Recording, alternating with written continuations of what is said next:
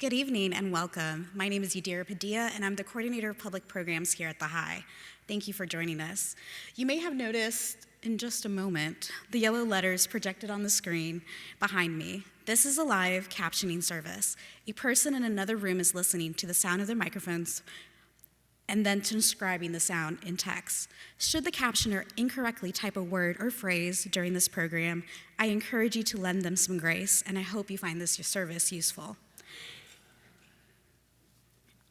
A special thank you to High Museum members in attendance. Your support is invaluable and fuels our mission. If you are not yet a member of the museum or need to renew, please visit high.org at the end of this program. This program is in conjunction with our current exhibition in the City of Lights, Paris, 1950 through 1920, which was organized by the High Museum of Art. This exhibition is currently on view and will close on December 31st. I encourage you to come back to the museum to see the exhibition before then. This exhibition was made possible by funding from our exhibition series donors: Delta Airlines, ACT Foundation, William N. Banks Jr., Cousins Foundation, Burton M. Gold, Sarah and Jim Kennedy, Harry Norman Realtors, Wish Foundation, and Benefactor Exhibition Series supporters Robin and Hilton Howell. Also, thank you to the full High team for their essential support to make this program happen. Now, I will share a brief biographical information about tonight's guest. Dr. Claudia Einecke is a Francis B. Bunzl Family Curator of European Art at the High Museum of Art. Her primary area of research and scholarship is European art in the long 19th century, and she has curated and managed a variety of exhibitions in that field. She has contributed to exhibitions and collections, catalogs, and served on committees for various professional organizations and incentives. She studied art history in her native Germany and in the United States, receiving an MA degree from the University in Mainz and a doctorate from the University of Missouri, Columbia. Our next guest is Caroline Giddis Macia. She is a Curatorial Research Associate at the High Museum of Art. Caroline specializes in art of the long 19th century with a focus on women artists of the British pre-Raphaelite, Art Nouveau, and art and crafts movement. She recently published a chapter on the proto-feminist work of Mary Sutton Watts in the book Pre-Raphaelite Sisters, Art, Poetry, and Female Agency in Victorian Britain. Tonight's program will be moderated by Dr. Andrew Westover, the Eleanor McDonald Storza Director of Education at the High Museum of Art. Please join me in welcoming Claudia, Caroline, and Andrew to the stage.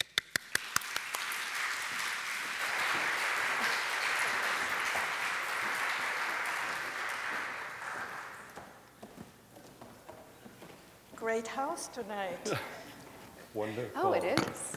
Thank you all for joining us. We are so excited to be given the opportunity to speak with two incredible staff members here at the High about a truly fabulous exhibition. You may also note that we're trying out new microphones, so please bear with us if there are moments where we need to adjust them during the program. Thank you for your patience and your grace. This is an exceptional exhibition for many reasons. Among them, it's a city that holds so much for so many. You'll see behind us several of the images from the exhibition. As you can see, it's remarkably rich. There's a wide diversity of images, and these will be on rotation throughout the exhibition, throughout the talk, rather. And we also, of course, encourage you to go and see the exhibition itself. In the City of Lights, Paris from 1850 to 1920 shows a remarkable diversity of what this city is and can be. Paris raises questions for people. Paris sits in imagination in ways both wonderful and terrible. Paris for some is a realm of possibility. Paris for others is a place of sometimes despair. This exhibition shies away from none of that. And so I want to start by talking with our guests here who are each critical to this exhibition's success, so thank you for your incredible work. And I understand that this exhibition came about through both drawing from the High's collection and that of two critical private collections. So I'm wondering if we could maybe start with the genesis of the exhibition. How did this particular show come together? Well, as you say, Atlanta is really fortunate to have not only the High Museum's collections, but also some very interesting and great and extraordinary collections, here in Atlanta. And so it really was our intention to celebrate those rich holdings in the institution and beyond. And we looked at what was available, what was around, especially the Schlossberg collection of French 19th century, 18th and 19th century drawings. And so looking at primarily those two holdings, and sort of Paris jumped out as a topic that we could cover in very interesting and engaging ways, and that's how it came about. But as you mentioned, really, it was a bit of a surprise when we actually looked at the drawings and prints and photographs and so on of Paris.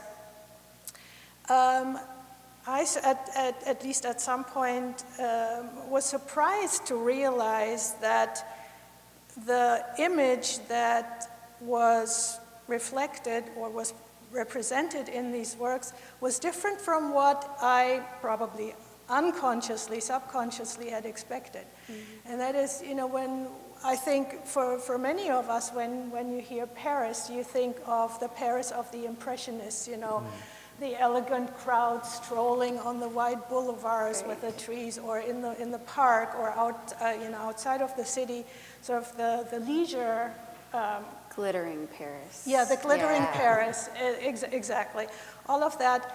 And it was a bit of a surprise to realize that actually many of the images that were in these three collections, really showed the life of the little people, working class, even poor people, or even, or let's say, in terms of architecture, the less affluent neighborhoods.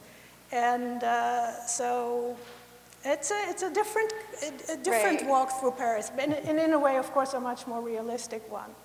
Yeah.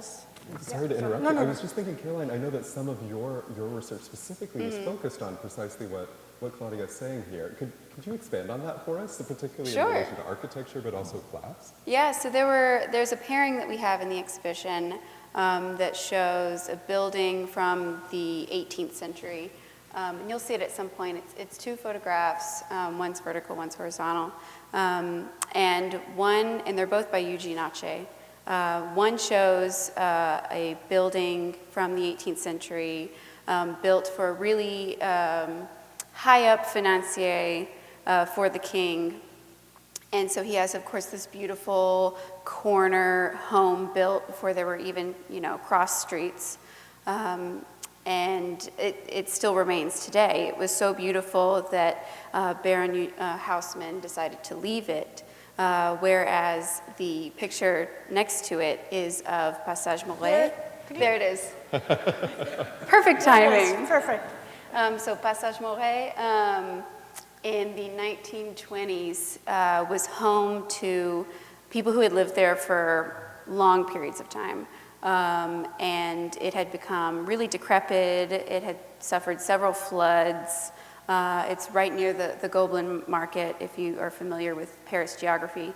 But it really was so run down, as you can see in this picture. And Ache, part of his mission was to capture Paris that was disappearing because of the architectural renovations.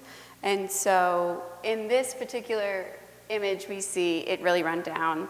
And the story that I found from going through French newspapers, tiny little articles about Passage Mouret, was that the citizens of these tenements were being threatened to be kicked out, their apartments razed. So they decided to band together, purchase the tenements from their landlord, so it no longer belonged to someone else. And then they had ownership for a few more years, and the conversation about this little street was all over the newspapers. People would talk about it in the street together. Oh, I can't believe that that's still there. We've got to get rid of it. So eventually, the strong hand won out, and they demolished it. And so everyone lived there was essentially moved to, outside of Paris or a worse part of Paris. But I love that little story of like community uprising to take back where you lived. But that I would have never, ever known about that unless, I'm looking through some of those articles and whatnot from the time. It's a fascinating set of stories that you all have unearthed in this exhibition. And I think part of what this illuminates too for us is this question of whose Paris? Each of these images, and we can continue going through the slideshow here, are showing different images of worlds that people constructed, people inhabited. Claudia, maybe if you could speak a little bit, I know there's a separate section on Parisian types in the exhibition, and so illuminate it. Yeah, I mean, in the 19th century, especially the French were really into, well, not only the French, I should say, cataloging populations, communities, documenting different, professions, métiers. And so it's in that tradition that writers as well as artists really focused on particular types, characters in the city population. And in that particular section we have, types of Parisians are of course all the celebrities like famous writers, actors, and so on and so forth. But also we found representation of types of normal people, little people.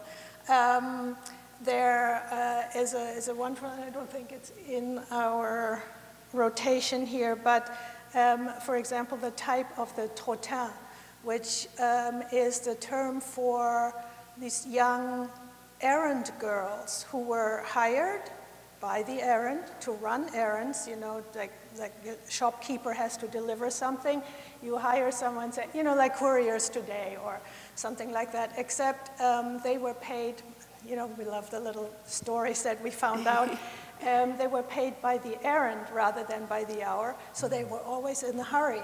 They trotted along the streets and so on. But also one important Parisian type is la Parisienne, the elegant Parisian woman who, of course, is today sort of in our minds a cliche or the quintessential expression of French,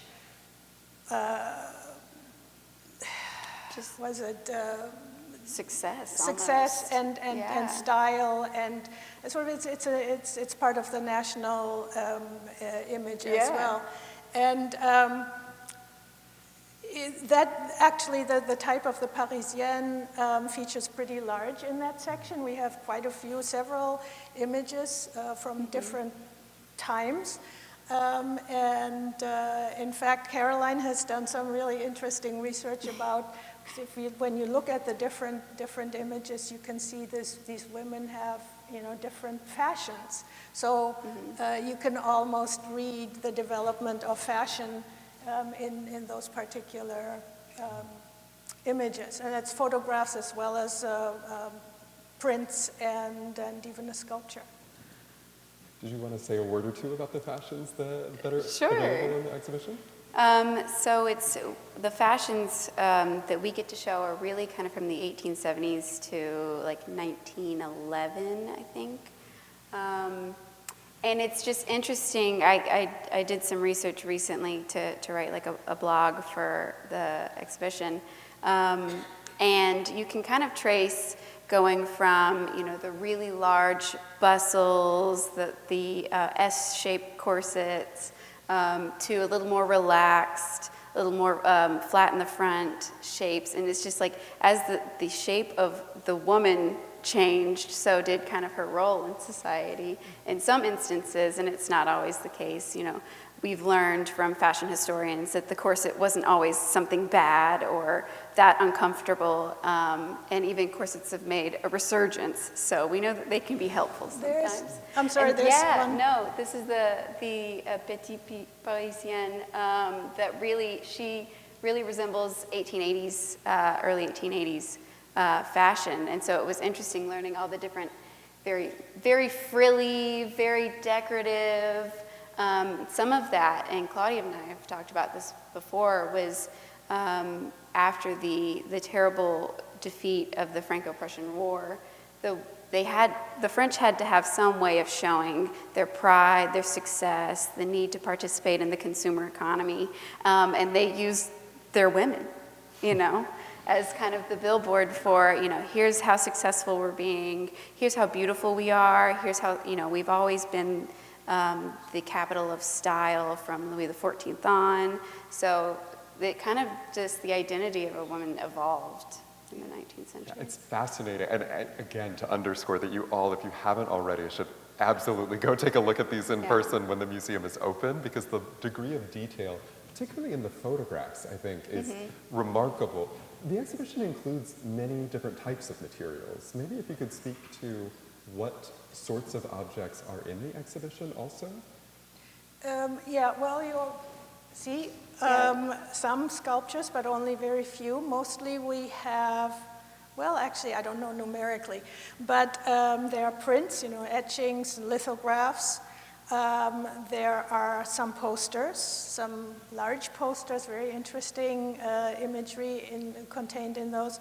We have photographs and a number of drawings, of course.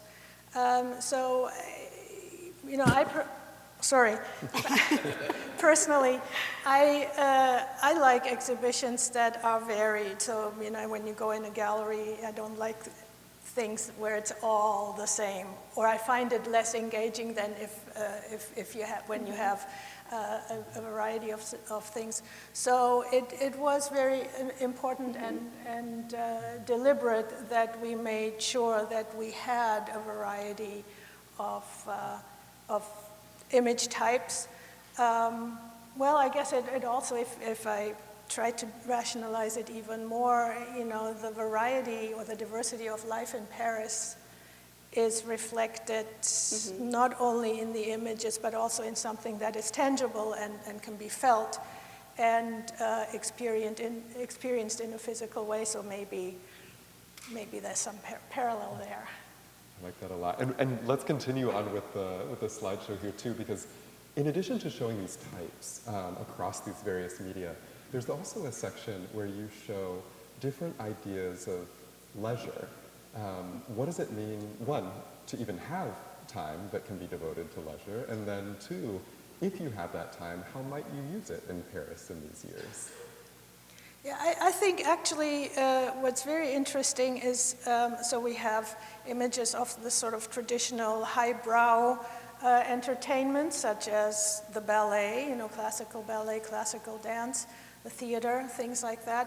But then also even more images of what I would call the popular entertainments, and that really emerged in the late 19th century as something that entertainments that were not geared only to the affluent and highly educated, but also to the common people. Everybody wants to be entertained, and that includes the circus, which appealed to all classes, the café concert, which was definitely cafes where you also had some light musical entertainment.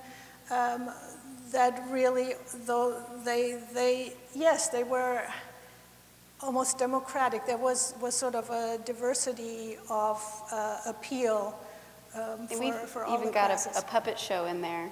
Right, yes, I forgot about that. And that's a really beautiful etching. So it's, Paris as the entertainment capital, we still think of it as a very important aspect of what Paris has to offer. But certainly, as I said, new types of entertainment like the café concert and the cabarets that we all think of, and the dance halls, that all is really in full force in the late 19th century. And the prevalence of it too was, the majority of images that we have in the show are from our kind of entertainment section, and we could have put even more there, but we kind of, had to diversify so that some sections weren't like 5 things. But it seems, both from this kind of observation and just, having visited and just knowing the history, that leisure is a part of Parisian life. It's very much kind of built into the schedule, for those that can take leisure.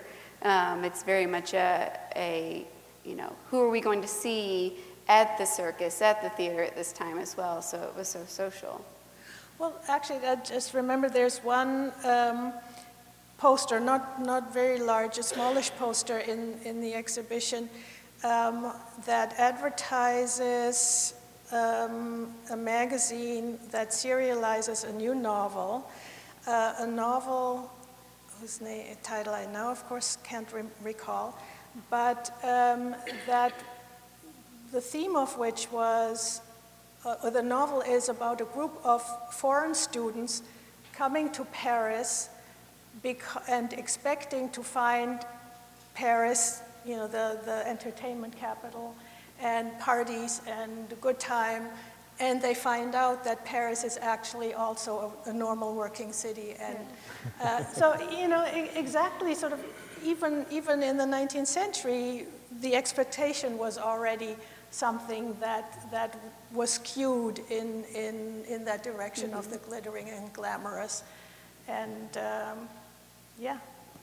still there. It's interesting the degree that you all have been able to tell such a historiographic presentation of Paris from this exhibition.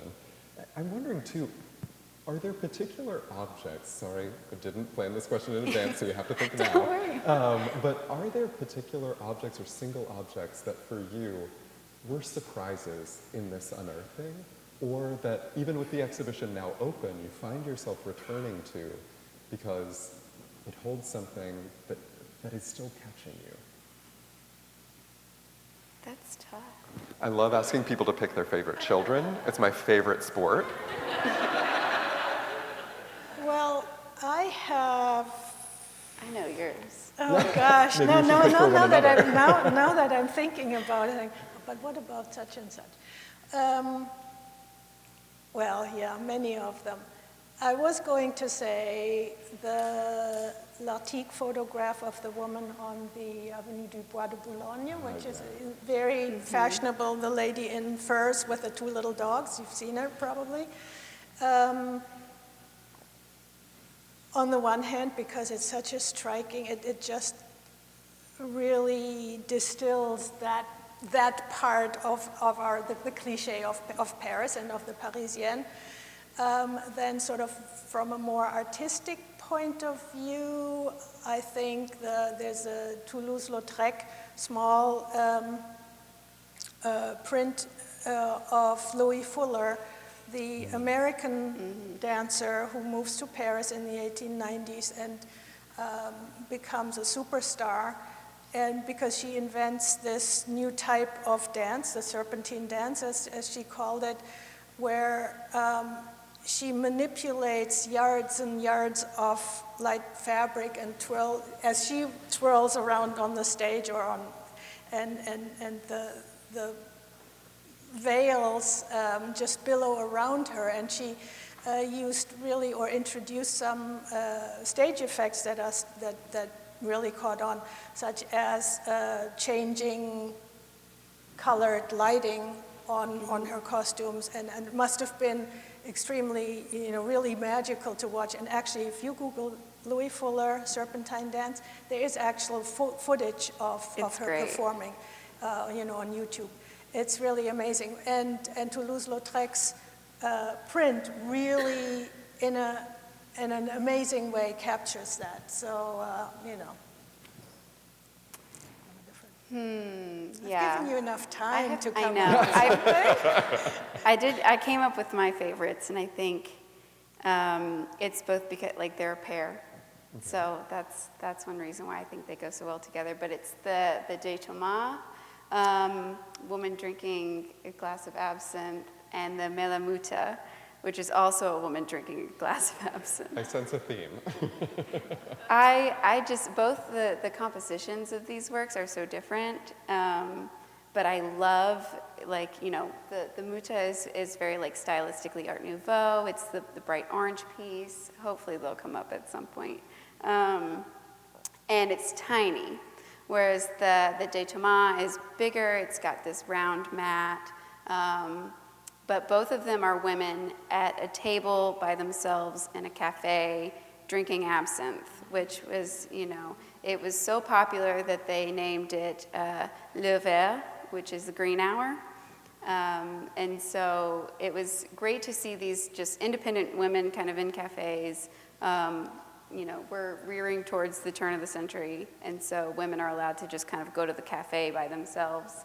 But it was also fun because even if you didn't know the title of the works, you can tell that it's absinthe because they both have spoons in their drinks. And so the thing about absinthe was that you diluted it because it was so bitter with a perforated spoon. You had a perforated spoon, and then you had a sugar cube on top that you sprinkle a little water on that sugar cube so it would melt. So you'd really have absinthe and sugar. So they both have spoons in their glasses, and so it was able to easily identify that it's absinthe. And then also the works are different because in the De Thomas, the woman is looking straight out at the viewer, which, if you're familiar at all with like art history canon, it's rare for a woman to look straight out at the viewer. It's kind of aggressive. She's got a little smirk on her face. And whereas the Muta, she's turned to the side, and she looks a little bored. And so it's just like, you know, women can also get bored. They don't have to, you know, be the proper Parisian.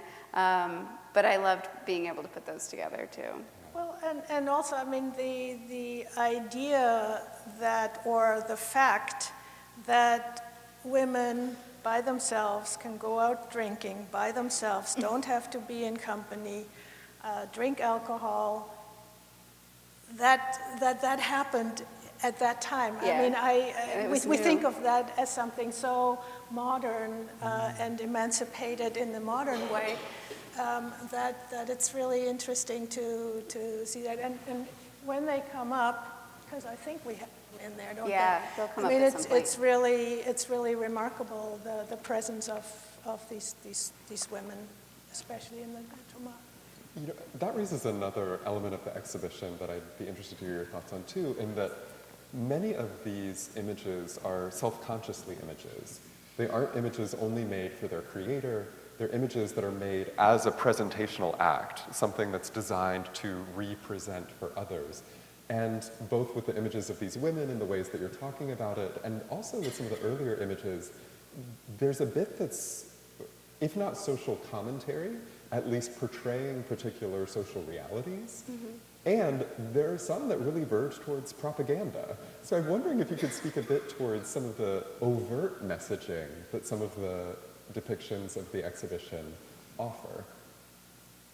Yeah, well, I mean, in terms of propaganda, the most blatant one is you have seen the big poster which shows you Sacré-Cœur, and then there's this sort of demonic figure hovering over it and clutching it. That literally is a piece of propaganda. It's a poster that advertises a weekly, a journal called La Lanterne, and that had a very distinct and definite anti-clerical agenda. And so that image really shows a priest, the demon, having hold of the symbol of the city, of course, one of the big cathedral. Yeah, and it says, here's the enemy. So it really is real life political propaganda. For me to include it in the exhibition was because it's just such a fabulous image. And really, because there is Sacré-Cœur, one of the landmarks of Paris. And clearly, even within the context of the propaganda, it symbolizes a part of Paris and a part of the French government, the French establishment. So, architecture as standing for more than just a building. is very interesting. So that was one. Yeah, that's true. Are there any others that might come to mind? Just wonderful example of propaganda. And two, I think there are some that are examples of just presenting some of the types, perhaps, as either virtuous or worthy of aspiration. I'm thinking some of... We've got the two Raffaelli sculptures, which are from the Schlossberg collection, show like two kind of like older men. One's on a bench, and it's really just the bust up. One's on a bench, and you can kind of picture him in a park. And the other is, the title is Discussion de Politique. So he's like, you imagine him in a bar somewhere, like bringing up politics, and you're like, I gotta get away from this guy. And so these are like people that like, in any city, it's still kind of a type. And it was just so interesting that Raffaelli wanted to capture those as well. Like he thought it was worth his time to make those sculptures, but he did several of them, right? Like different types. Well, he was. I mean, he was more of a painter and illustrator, but he was very much interested and focused on depicting not the wealthy, not the fancy, but the working people, poor people, who scraped by, made a living as best as they could. Some artists are socialists at the time, some are not, and he certainly had, he had socialist convictions, and so it was for him, I think he depicted these... Here are your absent ladies. Oh, there they are. Come around to play. Yeah. My girls. I mean, she's... Yeah. But so I think his interest in, for example, depicting those two pensioners, old grumpy men probably, not so much because they were sort of romantic or picturesque, but really because that was the class of people he was interested in and the life they were living as opposed to some others. Right, and political figures too, because you all included it in some. On the total reversal, we have Victor Hugo and Napoleon III. Yeah, I mean Napoleon III, the emperor Napoleon III was elected president in 1848. In 1850, made himself emperor, and he was the nephew of the first Napoleon. So anyway, and he styled himself very much as an emperor after the model of Roman emperors, because they were the greatest emperors. So we have a sculpture bust in the exhibition, which shows him, very nicely, probably a bit idealized with his characteristic, I think we would say Van Dyke beard, but... it's very flattering. Yeah. And I mean, not bad looking, I think. But then next to it we have a caricature of him by Honoré Daumier, one of the great caricaturists of the 19th century. That really shows him, yes, as a profile, like a Roman emperor on a coin, or his, Napoleon III's coins really showed him in profile, and with a laurel wreath, but making fun of him. See, for example, making fun, exaggerating the nose, and the beard is prominent, but quite scraggly and unkempt. It's messy. And he's got a cigarette in his mouth, because Napoleon III notoriously was a chain smoker. So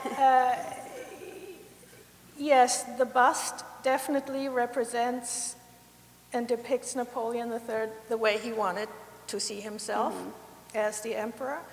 And that was after he was exiled already. Yeah, that's right. So he's like retroactively looking at his reign. Yeah, and on the other hand, another view, making fun of him and criticizing. So Yeah. Amazing. This exhibition really holds so many incredible stories. I think this actually is a really good moment for us to turn and open for questions. Yeah.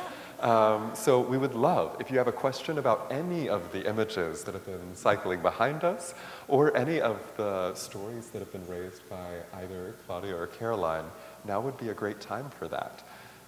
So if you could just raise your hand and make yourself known. Also, I'm trying to see in the dim lighting. Yes. I think we've got it. And I don't know if a microphone might make its way down here in a moment, but for the time being, if you could speak as loudly as possible, that would be... Can you hear me? I can, and I'll repeat your question.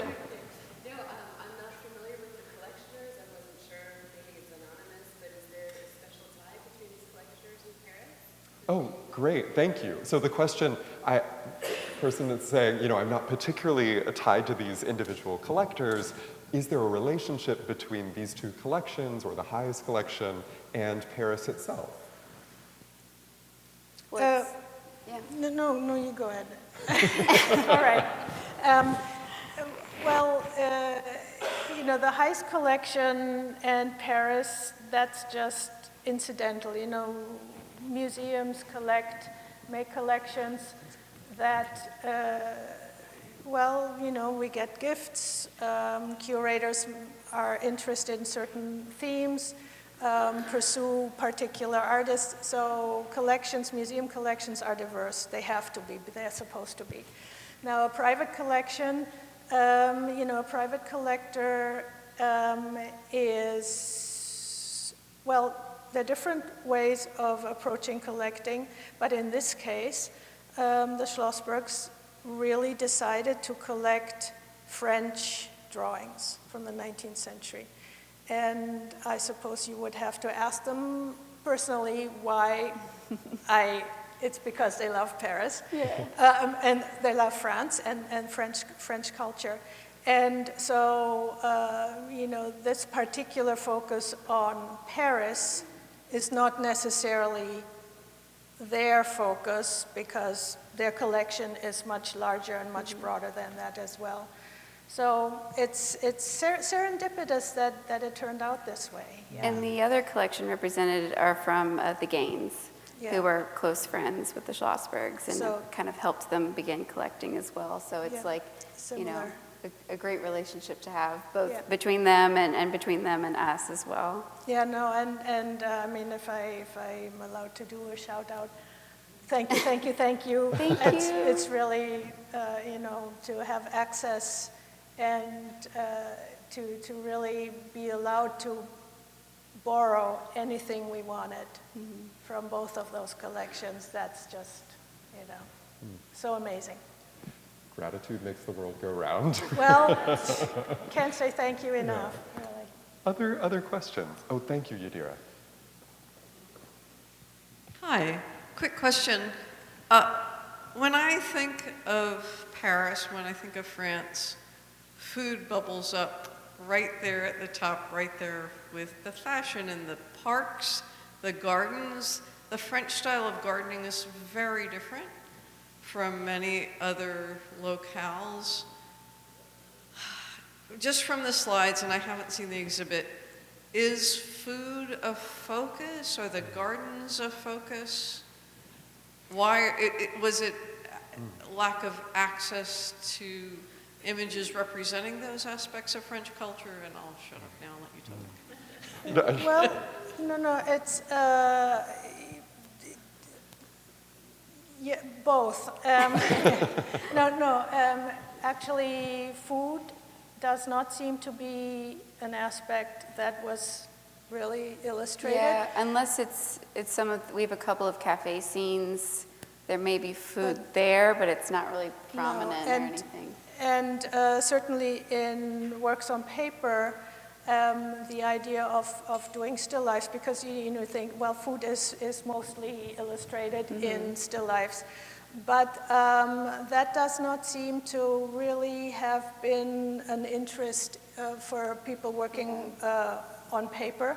We also have to remember that, works on paper were created for a different kind of purposes, and uses and for different kind of consumer, by What are some a of collector. those purposes and consumers? Well, a lot of these images were published sometimes in magazines, where some of them were cover illustrations for magazines and journals. Others were, yes, created as works of art rather than as illustrations. But I think, yeah, for some reason, I think still lifes were just not a big topic for artists, and I think I think they were more interested in illustrating people and lives. One of the reasons behind artists choosing to work in print as well as or photography was the distribution factor. So if they could become like commodified almost.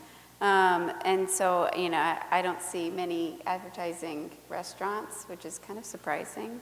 But that would be a reason. And they mostly wanted to show like city life or these new events happening or something crazy in the news. Yeah, as the not curator on the panel, I think one thing that might be pulled out from this too is in the focus on Paris in the exhibition, a lot of it is almost a documentarian's impulse.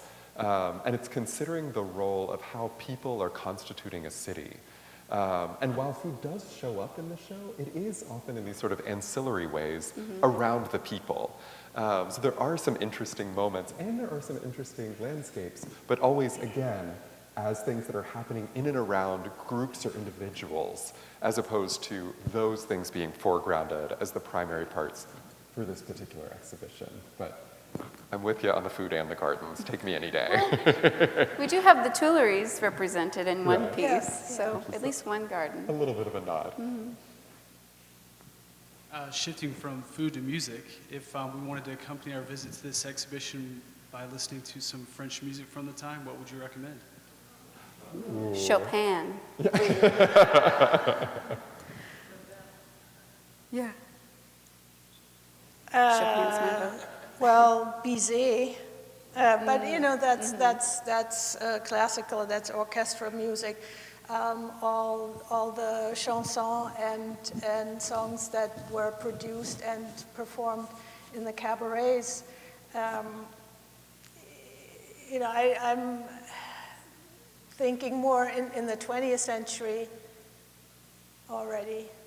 Well, I don't know, oh my gosh, now of course I'm blanking on the name, but some of the, Maurice Chevalier was, he performed in Café Concert, and what's the other guy's name, famous, but, in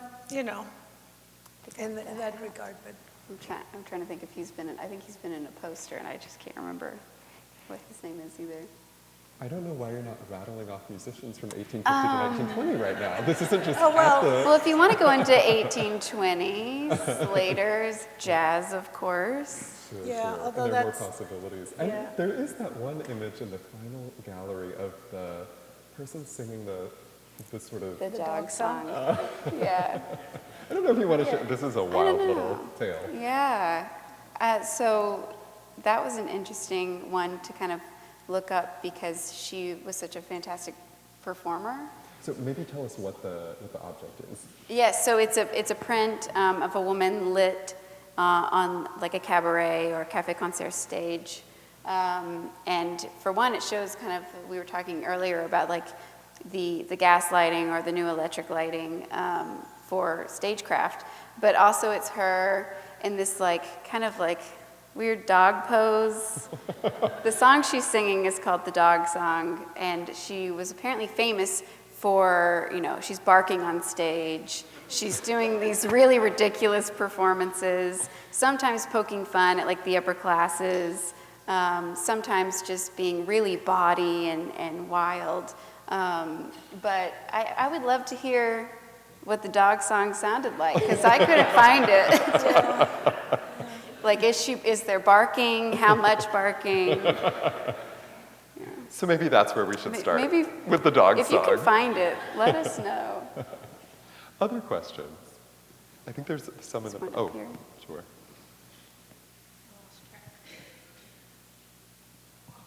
I saw the exhibit and I enjoyed all the pieces, but the one that stood out the most to me was the video of the moving Oh, sidewalk. yeah. Can you expound upon that? Yeah, that's it's a video that puts together some footage that was filmed in between 1896 and 1900 by the Lumiere brothers, who were actually the first filmmakers in film, not in a narrative film the way we have it today, but used film, the technology of film. And this particular selection of footage of passages was put together a few years ago by someone named Guy Jones, and it's not imagery, it's not footage that it's footage that is well known, that you see in other places, so it's not rare. But what really intrigued us about this particular selection was that Mr. Jones not only slowed the footage down so that it looks more like normal modern film footage, but also then added a soundtrack, or rather sound effects to it. So not music, but you actually hear the clip, clip, clop, clop of the, when there's a carriage coming by and it goes clip, clip, clip, clop, clop, clop, clop, clop, clop, clop, clop. So it really, we felt that it really added sort of a dimension where you can feel like you're in Paris in the 19th century, at the end of the 19th century. And I mean, some footage, my favorite is there's a passage of showing traffic on the Champs-Élysées, and it's traffic. It's Atlanta at rush hour. Yeah. When you watch this, there's a guy on the side of a pedestrian, and he never makes it across the street. It's just absolutely hilarious. Yeah. It's just because I guess, I mean, traffic wasn't as regulated as it is today, and it's just he never makes it. But it's really fun stuff. That's a great point. I think there was one in the front here. Thank you. I just had a quick comment. I've seen the exhibit twice already, and I'm coming back tomorrow with some friends to see it because it's really, really, I think, brilliant. And for me, I just really love the diverse perspectives of the artwork that you have. So typically we see like the fashionable, the romantic side of Paris, but I really love how like these artists capture like a different perspective, like the everyday people. I'm thinking of the one of the opera, and then instead of showing like, the Parisians who come in their beautiful gowns and all that, but he shows the orchestra and how they've been practicing for hours and hours and how they're tired. The errand girls who are in the street and just gossiping, the street pavers, so not just the beautiful Haussmannian buildings, but the workers who built that.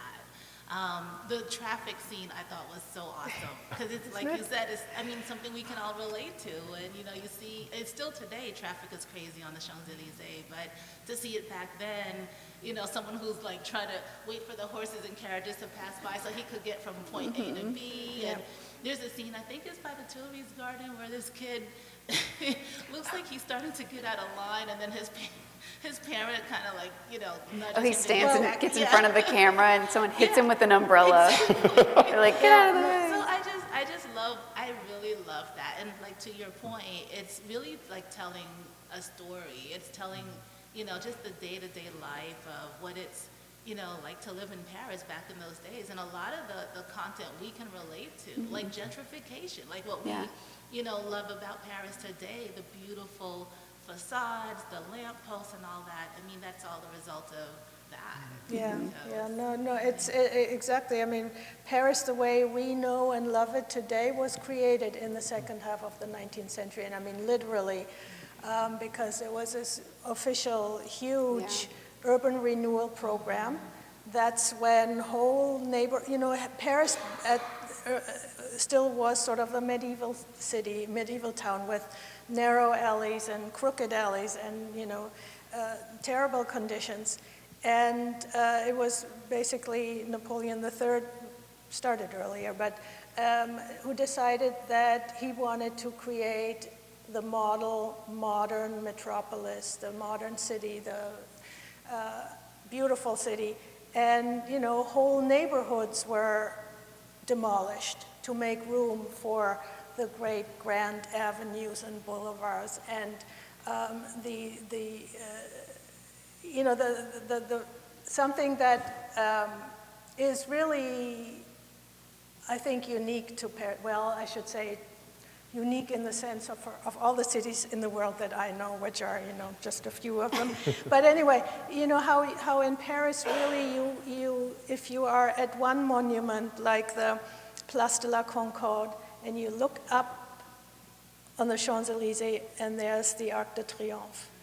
And from there you see something else. So this idea of having these grand vistas, these grand architectural monuments that you see from different places, that's really, that was all built in the 19th century and on the backs of lots of people who,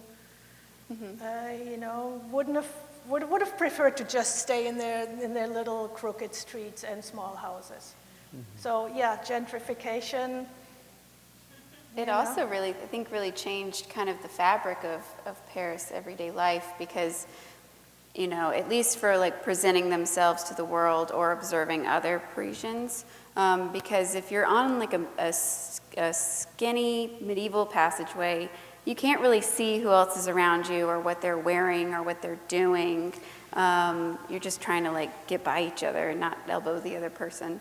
But on these broad boulevards, the broad sidewalks, it was really like kind of their own, not necessarily a runway, but like everyone became more aware of the other people in that city around them, whether they were in the same kind of social strata or not. So I think it did some good for creating, both, as we know, like Parisian strutting down the street, but I think it made people more aware, like some of the photographers and artists, of things that were going on. And to your point, at the exhibitions, at several points, you all point out both the practice of promenading as a sort of sport, and then also the opportunity it afforded photographers to be able to capture, because when you've got more space, or the filmmaker, the Lumiere brothers as well, that the possibility was there. Yeah. I thought I saw one more hand. Yes. Sorry, Yidir, it's way back around on the side. Oh, there are a couple hands. Great. She's going. Let's give Yidir a round of applause, please. She's really doing the most. I feel like this part of the discussion is coming back to the very start about Paris for whom and just kind of the dark side as well. And I'm interested in that in particular, just in thinking about like decadent novels from Huysmans or Rilke's Maltelord's Brege, or a few decades later elsewhere, like Schiller's sheer aestheticization of illness and death and sickness and the clochard. And as I see the images going on, I see lots of types, but I'm asking myself, did maybe the literary depiction thereof occur a bit more before the aestheticization of illness and death and depression in post-industrial metropolises, and that sheer trauma of being encountered by thousands of gazes every day, more than your grandparents would have seen in their entire lifetime, and yet not greeting any one of those people on the street. Love it. Let's dig into a deep, meaty one. Which came first? The anxiety and fear, or the depiction thereof? The possibility of death and despair? Or was the delay just, a tactic that happened somewhere along? What do you think? I'm the moderator. I get to just toss it at you all. No, but... So I do think that often literary subjects and literary types come first before they're depicted. And so I don't know, it's tough to say because there are so many works that come depicting some of that death and despair at the beginning of the 20th century. You know, and then of course you have World War I, and then everyone's depressed. But I don't think that there was so much a proliferation of kind of these very dramatic scenes in France. There's a lot of them in Britain, in my opinion. I don't know. What do you think? Interesting. I mean, that's a whole interesting. I don't really know the answer to that, but it's interesting if you make a you know, you talk about Britain versus France, and if that is true, and I take your word for it, I don't. She knows more than I do, on this anyway.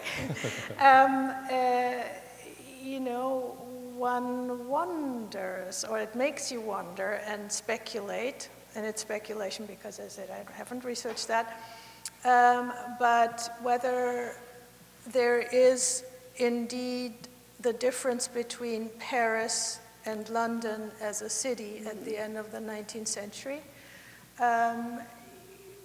You know, where London is totally the industrial city with terrible smog, terrible conditions, you know, a lot of poverty, you know, amongst the laboring classes.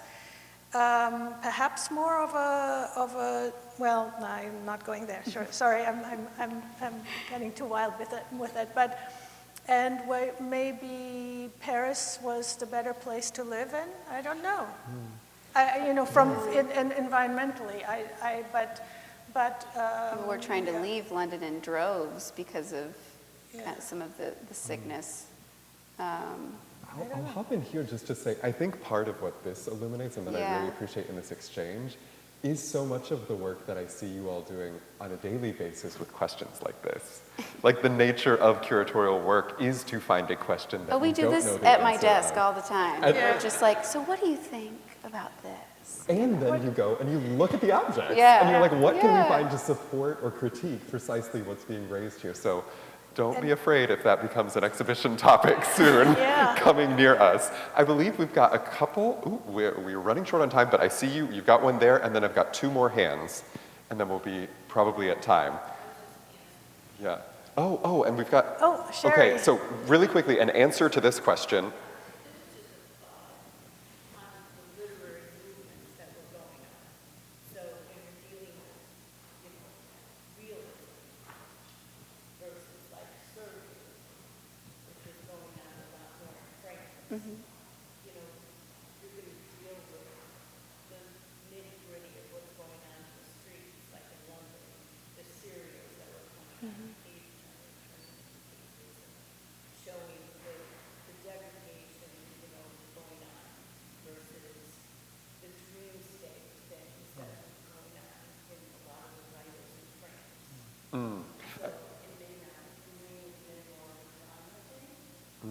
So here's a suggestion from our friend in the audience that I'm going to repeat for the folks who weren't able to hear.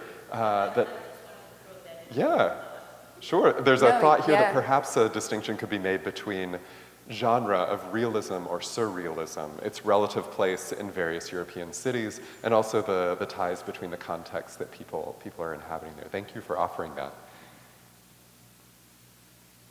So I think for me, I've attended a few of these over the years of speakers on this subject here, and a lot of them talked about Napoleon III a lot, and they really gave him a lot of credit. I want to kind of get your opinion on this, as the one who actually is responsible for kickstarting all this, because it was his overhaul to turn Paris into a major city from a medieval city that brought the modernization in, that industrialized it, that they allowed the Impressionists to go out to the countryside and do their paintings, but it also brought about the other side with the people in the working class and liberating them as well. So this is kind of the first time I've come to one of these where Napoleon III wasn't mentioned that much, or just like a little bit. So kind of, for good or bad, how much credit do you think he deserves? I love this question. It's a great So question. what I'm going to ask, I didn't. yeah, some of it was a little tough to hear. Napoleon III. Oh, yeah. Mm-hmm. We've come around, this wonderful person has been to a couple talks here and heard Napoleon III in large part in relatively positive light, in the sense that he's someone who really changed the face of Paris, perhaps for the better. And so I'm going to reframe your question and say, you've got a hand. If we're going to make this a radio dial, if Napoleon III was an angel, Napoleon III was the devil, where are you going to radio dial Napoleon III? Well, depends on who you are. Good answer. Yes. No, it's absolutely true. He, renovated Paris. He overhauled the financial system. So he, as a statesman, he did a lot of great things that made France as a nation, as a country, great. If you were someone who lived in a little house and he kicked you out and made you live in a worse place, he was not a good man, right? So it really depends on the perspective you're taking. I mean, it's also often said, or it has been said, some people say, that the reason, one major reason for the overhaul, for creating these straight, big boulevards, is so that the army could move more easily through the city, because in Paris, there was the first French Revolution in 1790, 89, 92, anyway, around there. Then more recently for Napoleon III there was a revolution in 1830 where the king was kicked out, and there was another king came in, and then there was the other revolution in 1848, which kicked out the king, and he was elected president, made himself emperor. So, and of course those revolutions happen with barricades on the streets. Well, it's much harder to build a barricade from here to there than if it's just a little street. So that very often, or one reason for actually rebuilding Paris the way he did, was really in order to control the population, So, but then is that good? But we love it. 1870, 71 was the Paris Commune. Yeah, but that was put down. But they still built barricades. Yeah, they still built barricades, but they didn't succeed. No, they didn't. So, yeah. I mean, sure, it does happen, but, well, that's why, I mean, did it really, I mean, we don't know if he really spelled it out this way, if it was in that, and what's the main, there's so many factors and so many reasons to do something as big as that. But yeah, to come back to that question, was he a hero? Was he, it depends on who you are and your perspective. Answer. Perfect answer. We had one more question we wanted to get to. I believe, yes. I think she may have already answered the question. It was just, mine was a question about the effects of von Haussmann's redesign under Napoleon III. Do we have an idea of the total displacement of that population into the, ultimately to the banlieues, that they were, and the difference between Paris post-Haussmann and London is I don't have any. We have no numbers in that? I don't have any numbers or statistics. I'm sure you can find, research that, because it really meant the displacement of lots and lots of people. And I mean, we don't have them in the exhibition. I guess we don't. But there are photographs that show the destruction. I mean, the destruction, the demolition of great swaths of the city. I mean, as I said, really whole neighborhoods. And I guess, from my selfish perspective, to bring it back to the previous question, and from my selfish perspective, who loves the Paris that I experience when I go over there as a tourist. I think Napoleon III did a really fine job. But, you know, but yeah, it really is, and I think the question of the displacement of people, and I mean, it all works together because, you know, the development of the railroad and the railroad system from Paris out into the countryside, which was originally instituted so that the rich people could go out in the country for the weekend and so on and so forth. But it also allowed the government or the system, the society, to displace poor people out, you know. You can't live in this beautiful new city. You live out in the country, but you can come in by train. You're a commuter, and you do the hard work in the city, even though you're not taking part of that city. And during this period, Paris went from 12 to 20 arrondissements. So it really expanded to kind of what we're familiar with now. So people went from living in central Paris to, you know, almost, you know, the 15th arrondissement or like the 20th. And so they needed a train to get back in. So that was a benefit of transportation both ways. Yeah.